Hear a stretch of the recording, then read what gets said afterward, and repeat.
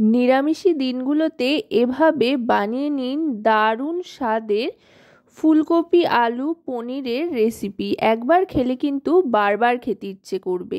এর জন্য প্রথমেই পনিরের টুকরোগুলো ছোট ছোট করে কেটে নিয়েছি, আর তাতে সামান্য একটু হলুদ আর নুন মাখিয়ে নিচ্ছি, যাতে পনিরগুলোর মধ্যে নুনের একটা স্বাদ ঢুকে যায় আর পনিরগুলোর বেশ একটা সুন্দর রং আসে। পনিরটা ভালো করে মাখিয়ে সাইডে রাখছি। তারপর সাদা তেলে প্রথমে আলু ভেজে নিচ্ছি।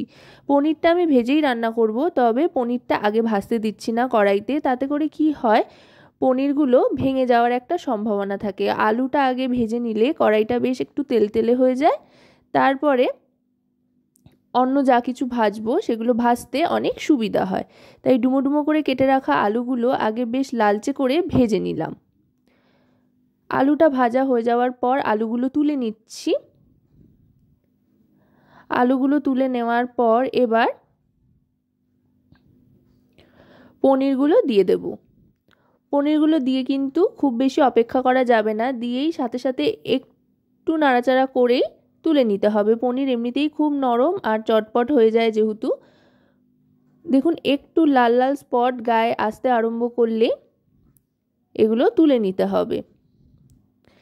পনিরটা এবার তুলে নিচ্ছি। আমি দুই ব্যাচে সমস্ত পনিরগুলোকে ভেজে নিয়েছি। একসাথে অনেকটা পনির দিয়ে ভাজবেন না, অল্প অল্প করে পনির দিয়ে ভাজবেন, তাতে ভাজতেও সুবিধা হবে আর প্রত্যেকটা পনির একরকমভাবে সুন্দরভাবে ভাজা হবে।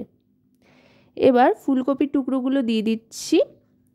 খুব বড় বড় করে এখানে ফুলকপি কাটিনি, যেহেতু বিভিন্ন সবজি ব্যবহার করছি আলু আর ফুলকপির সাথে, তাই খুব একটা বড় করে কাটিনি। ফুলকপিটাও ভেজে নিচ্ছি ভালো করে। ফুলকপিটাও ভেজে তুলে নেব। আলু ফুলকপি সবগুলো যেহেতু ভেজে নিচ্ছি, তাই রান্নাটা খুব চটজলদি হয়েও যাবে আর খেতেও কিন্তু দারুণ সুস্বাদু হবে। যে কোনো রেসিপির ক্ষেত্রেই সবজি যদি ভেজে নেওয়া হয় আগে থাকতে, তাহলে কিন্তু রান্নার স্বাদ অনেক গুণ বেড়ে যায়, কারণ এতে করে সবজির মধ্যে মশলাপাতিগুলো খুব সুন্দরভাবে ইনসিস্ট হয়। ফুলকপিগুলো তুলে নেওয়ার পর এবার এই তেলেই ফোড়ন হিসেবে দিয়ে দেব গোটা গরম মশলা। যেহেতু সম্পূর্ণ নিরামিষভাবে তৈরি করছি, তাই এখানে গরম মশলা ফোড়ন দিচ্ছি। গোটা এলাচ, দারচিনি আর গোটা লবঙ্গ, দারচিনিগুলো একটু ভেঙে নিয়েছি। তারপর ফোড়নটা দিয়ে দিচ্ছি এতে ছোট ছোট করে কেটে রাখা গাজরের টুকরোগুলো। গাজরটা দিয়ে কিন্তু ভালো করে ভেজে নেব। আগে থাকতে আলু আর ফুলকপিটা ভেজে নিয়েছিলাম, এবার গাজরটাও এখানে ভালো করে ভেজে নেব।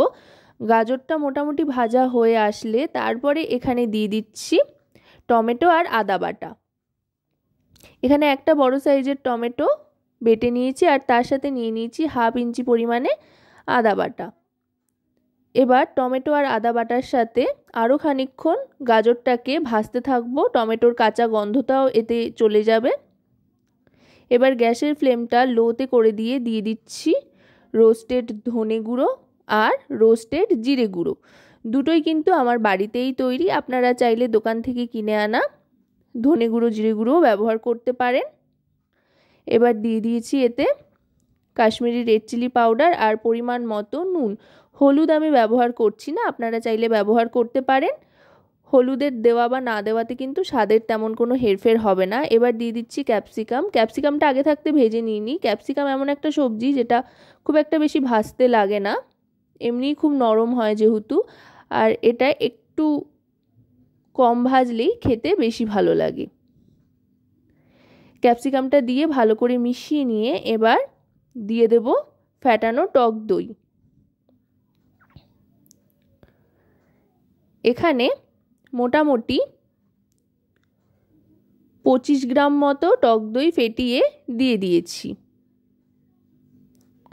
টক দইটা দিয়ে এবার ভালো করে মিশিয়ে নিয়ে গ্যাসের ফ্লেমটা লোতে করে দিয়ে দিচ্ছি আগে থাকতে ভেজে রাখা ফুলকপি আর আলুর টুকরোগুলো। টক দইটা দিয়ে কিন্তু গ্যাসের ফ্লেমটাকে লো করে দিতে হবে যাতে দইটা কেটে না যায়। এবার সব সবজিগুলো একসাথে ভালো করে খানিকক্ষণ কষিয়ে নেব তেল ছাড়া পর্যন্ত।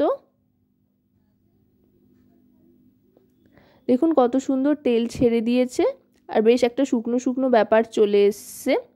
এবার ফ্যাটানো টক দইয়ের বাটি ধোয়া জল একটু দিয়ে দিচ্ছি। সবজিগুলো এমনিতেই প্রত্যেকটা ভাজা হয়ে রয়েছে আগে থাকতেই। এবার সেদ্ধর জন্য জল দিচ্ছি যেহেতু, তাই খুব বেশি জল এখন দিচ্ছি না। জল দেওয়ার পর এবার দিয়ে দিচ্ছি কাঁচা লঙ্কা কুচি। চাইলে আপনারা কাঁচা লঙ্কা বাটাও ব্যবহার করতে পারেন, তবে কাঁচা লঙ্কা কুচি দিলে বেশ সুন্দর একটা ফ্লেভার আসে আর দেখতেও ভালো লাগে। এবার ঢাকনা চাপা দিয়ে দিলাম। 3 থেকে 4 মিনিট মতো ঢাকনা চাপা দিয়ে রাখার পর ঢাকনাটা সরিয়ে নিচ্ছি। দেখুন সবজিগুলো কিন্তু খুব সুন্দরভাবে সেদ্ধ হয়ে গিয়েছে আর দেখতেও কিন্তু খুব লোভনীয় হয়েছে, অসাধারণ লাগছে দেখতে। দেখেই বোঝা যাচ্ছে কতটা সুস্বাদু হয়েছে। আশা করব রেসিপিটি আপনাদের ভালো লাগবে। ভালো লাগলে অবশ্যই রান্নাবাটি চ্যানেলটিকে সাবস্ক্রাইব করে লাইক শেয়ার কমেন্টের মাধ্যমে আমাদের পাশে থাকবেন আর পাশে থাকা বেল আইকনটি অন করে দেবেন সবার আগে সমস্ত রকম নতুন রান্নার নোটিফিকেশান পাওয়ার জন্য, কারণ আপনাদের নিয়ে আপনাদের জন্যই কিন্তু আমাদের চ্যানেল রান্নাবাটি। এবার বেশ খানিকটা ধনেপাতা কুচি দিয়ে দিলাম। এগুলো দেশি ধনেপাতা, এগুলোর থেকে কিন্তু দারুণ গন্ধ আসে। এই ধনেপাতা বেশ খানিকটা পরিমাণে যে কোনো রেসিপিতে দিয়ে দিলে শীতকালে ওহো কী যে ভালো লাগে খেতে, সেটা যাই হোক ভাত অথবা রুটি লুচি পরোটা যে কোনো কিছুর সাথে খুব ভালো লাগে খেতে। ধনেপাতা কুচিটা দিয়ে মিশিয়ে নেওয়ার পর এবার দিয়ে দিচ্ছি এতে ঈষদ উষ্ণ গরম জল।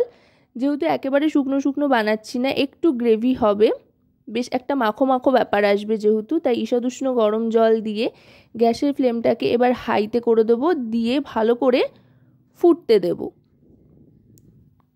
যাতে কোনো রকমের পানসে ভাব গ্রেভিতে না থাকে সেদিকে লক্ষ্য রেখে।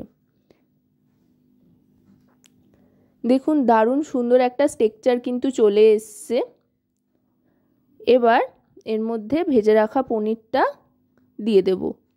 পনির দিয়ে কিন্তু খুব বেশি নাড়াচাড়া করবার প্রয়োজন নেই, আলতো হাতে এপিটোপিট করতে হবে, জাস্ট ওপর থেকে নিচ এইভাবে খুন্তিটাকে আস্তে আস্তে চালাতে হবে। মাঝখানে এইভাবে একবার মিশিয়ে নিলাম।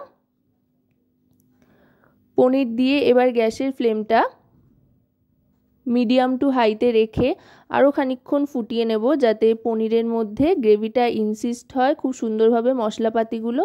আর যেহেতু নিরামিষি রান্না তাই দিয়ে দিচ্ছি স্বাদের জন্য একটু চিনি। চিনি দেওয়ার পর দিয়ে দেব শাহি গরম মশলার গুঁড়ো 1/2 টিস্পুন পরিমাণে।